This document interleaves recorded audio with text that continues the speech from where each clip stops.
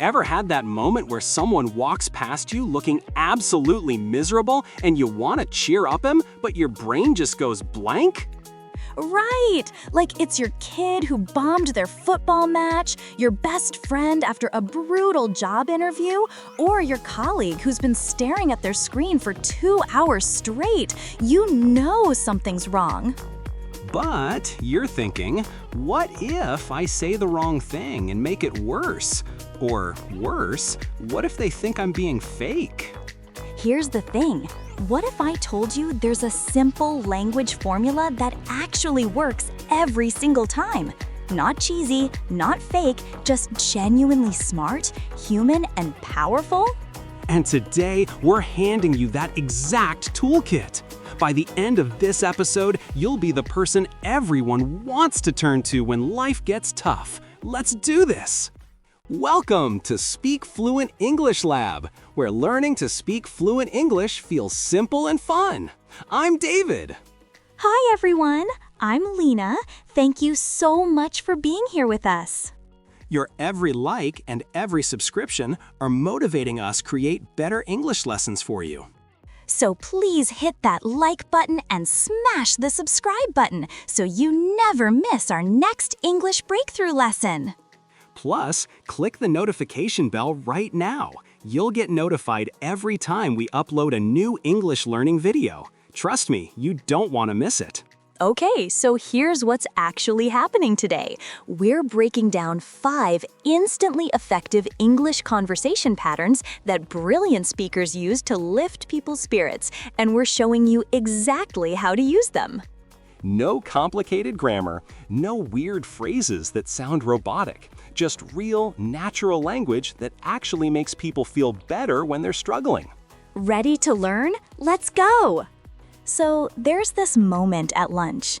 Your friend is sitting next to you, barely touching their food, just staring at their plate like it owes them money. You know something's wrong. Your instinct is to jump in and say, "Cheer up," or "It's not that bad." But that never works, does it? It usually makes people feel more alone because you're basically telling them their feelings don't really matter. The real magic is this. You start by describing what you see. You acknowledge the mood before you try to fix anything. It is the acknowledgement pattern. So instead, you say, "You seem a bit down today. Want to talk about it?" Notice, you're not ordering them to feel better, you're just noticing them, seeing them. And if you want a shorter, casual check-in, you can say, "Feeling blue?" It's simple, it's friendly, and it opens the door without any pressure. Why does this work so well? Because when someone's struggling, the last thing they want is to feel invisible. The second you show, "I see you, I notice something's off," they feel less alone. That's when they start to open up. That's your first pattern locked in. You've already moved way beyond cheer up. All right, let's keep building. The next trick quietly makes you sound like someone who really understands what people go through, not just someone throwing random positive words around. Your kid comes home from school, drops their bag on the floor, and just sinks onto the sofa. They tried out for the team they've been training for all summer, and they didn't get in. They're crushed. A lot of people panic here. They jump straight into, "It's fine, don't worry about it," or "You'll be okay." And even though the intention is good, it can feel like you're brushing their feelings aside. Here's the clever move. You connect empathy with gentle hope in one smooth sentence. This is empathy plus hope bridge pattern. You say, "That's really tough, I know, but I believe you'll get through this because you always do." First part, you recognize that it hurts. Second part, you remind them of their strength. And if you want to add an idiom, you can say, "Every cloud has a silver lining." But this is important. You use it after you've shown you understand their pain, not instead of it. The order is everything. Empathy first, hope second. If you rush to hope, you sound like you're skipping their emotions. But when you sit with them in the hard part first, then lift them, that's when they feel safe and hopeful. This pattern is brilliant for parents, teachers, or anyone who supports others. All right, let's build on this with something more practical. Next up, we're going from just talking to actually doing something. This one turns kind words into real support. You're at work. Your colleague looks completely overwhelmed, surrounded by emails, deadlines, maybe an unfinished presentation on their screen. You can almost feel the stress from across the room. Most people drop the classic line, "Let me know if you need anything." And let's be honest, almost nobody follows up on that. It sounds nice, but it's vague. The smarter move is to make your help real and specific. We call it the concrete help offer pattern. You can say, "Anything I can do to help right now? Do you want me to grab you a coffee? Do you want to talk through it?" You're giving them simple choices instead of making them do the hard work of asking. Then you add this line, "I've got your back." Those 4 words are incredibly strong. They say, I'm not just watching from the side, I'm on your team. When you combine a specific offer with that promise, people actually believe you'll support them. That belief can instantly lower their stress because they know they're not facing it alone. That's 3 patterns in your toolkit already. Let's move to one that's gentle but surprisingly powerful. This next one is all about a clever little shift, giving their mind a breather without pretending the problem doesn't exist. Your friend just got some really disappointing news. Maybe an exam result, maybe a promotion they didn't get. They keep repeating the story over and over, and you can see them getting more upset with every sentence. If you stay only in the story, they can get stuck. Sometimes what they really need is a small break from the situation, a reset, not an escape.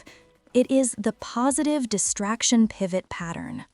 So you might say, want to take a quick walk?